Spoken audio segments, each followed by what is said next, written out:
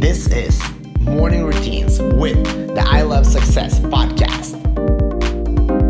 So how does your morning routines look like? Yeah, well, I start early because, I'm based in LA, but my company's based in New York and Boston. And also people start reading our website at 7 in the morning on the East Coast. So that's 4 a.m. here.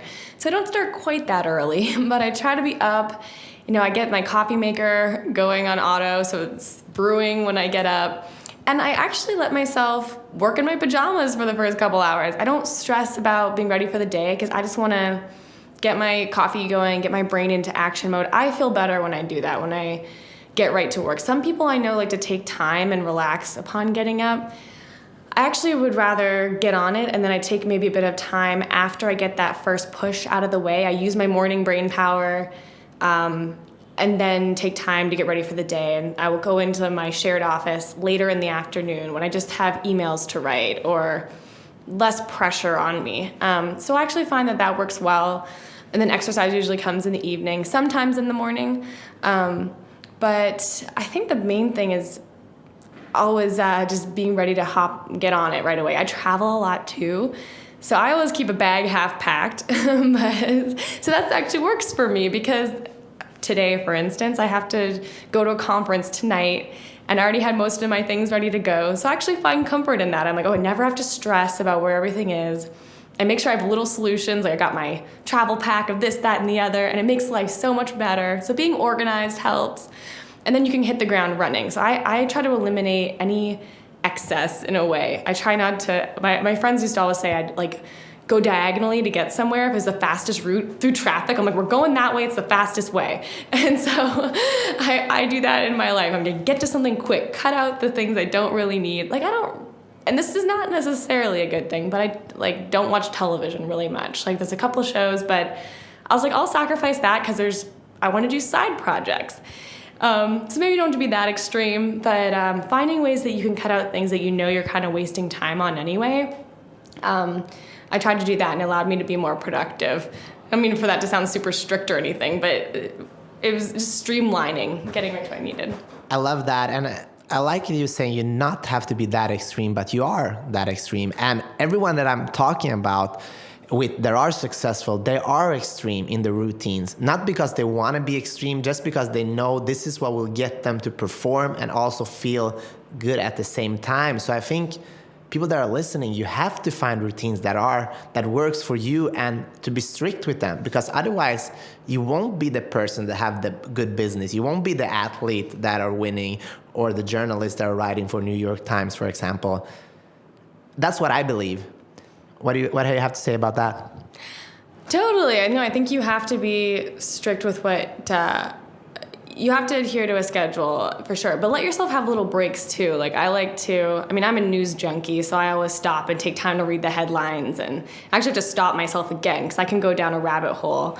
But that's fun, or put on jazz music or some little thing that reminds me of a calm time and build that into my day so it's not always on, because that will wear you down. So I think take those little mini breaks too. Otherwise, you could end up hurting yourself a little bit mentally. Yeah, of course. Enjoy the ride. And let's just be a little bit more focused on your morning for a while. So what time did you wake up, do you say? Around 7 a.m.? Between 6 and 7, so sometimes a little earlier. 6 and 7, perfect. And how many hours of sleep do you get in till then? Oh, gosh. This is bad. Lately, 5 or 6. Because I stay up late because I'm preparing stuff for the East Coast. And because if it's not done the night before, then it won't be ready to go. And then if I sleep in too late, then I feel really behind, and I don't love that feeling. So to be honest, I'm still working it out, this time difference thing. I moved to LA in January. I try to make up for it on weekends, but I'm not a person that needs a ton of sleep. How many hours do you need to be function? 6 is probably enough. I'll have a little more or less, depending on the situation. But that's probably all I need. I'm a night person, and now I've been forced into being a morning person. So now I'm just doing it both. Yeah, perfect. Yeah, so I feel like a lot of successful people wake up early just to get that extra edge that you're talking about. You even have, I love that you have your coffee on autopilot so it starts brewing. I've never heard that before. How do you do that? It's easy. You just have a programmable coffee maker. Set it up and it makes it automatically at a certain time. And it's just, I love that. I wake up to the smell and it feels like home and it reminds me of Christmas morning. And then I get my ass in gear and then I start working. And this is what I love. I have the same routine. I drink coffee every morning, and I have a special routine that I do just because it makes me feel good and it gets me going in the morning. So, for example, right now I'm writing a book, and I set my alarm 6:45 every morning. I wake up, grab my coffee, on with the computer, and start working. Just like you said, to get that, what do you say, morning brain power? What do we call it? Yeah, the morning brain power is right. And isn't that cool? Because then you're so focused and. So you wake up, you have your coffee, it smells coffee, you're still in your pajamas, and you start writing, or what are you doing? Sometimes I'm writing. A lot of it's emails and communicating and setting up what the story of the day is. You're a journalist, you have to be really nimble and willing to change gear. Like, that's one of the hardest parts about the job is not knowing really what the next day holds. You know, you buy concert tickets, but then Elon Musk, the CEO of Tesla, announces a press conference, and you're like, darn, it's gonna be really tough to make that concert. But so working fast is really important. Not getting so distracted by deadlines. Like, I have to be able to feed off of deadlines, and it can be really exciting.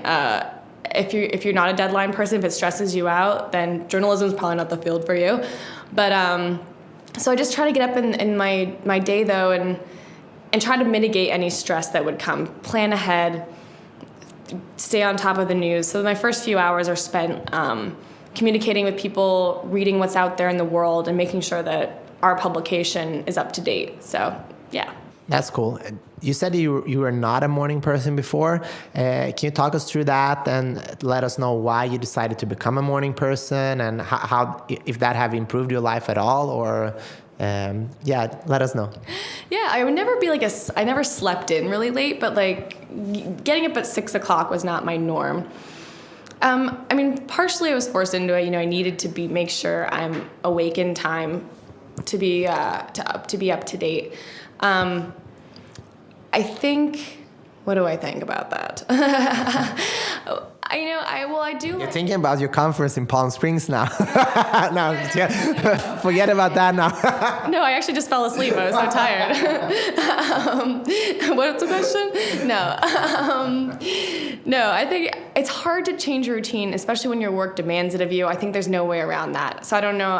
I'm still figuring it out. I think it's important to have that break later in the day, like I mentioned. But it does feel good to be more on top of things. Like, that was a calculation I made. I could sleep in another hour. No one's forcing me to get up. But I actually was like, oh, my stress is higher when I get up later. So I'm just going to work it into my routine to get up earlier. And it feels better. So it's not the easiest thing in the world for me, but it was a strategic decision that I made.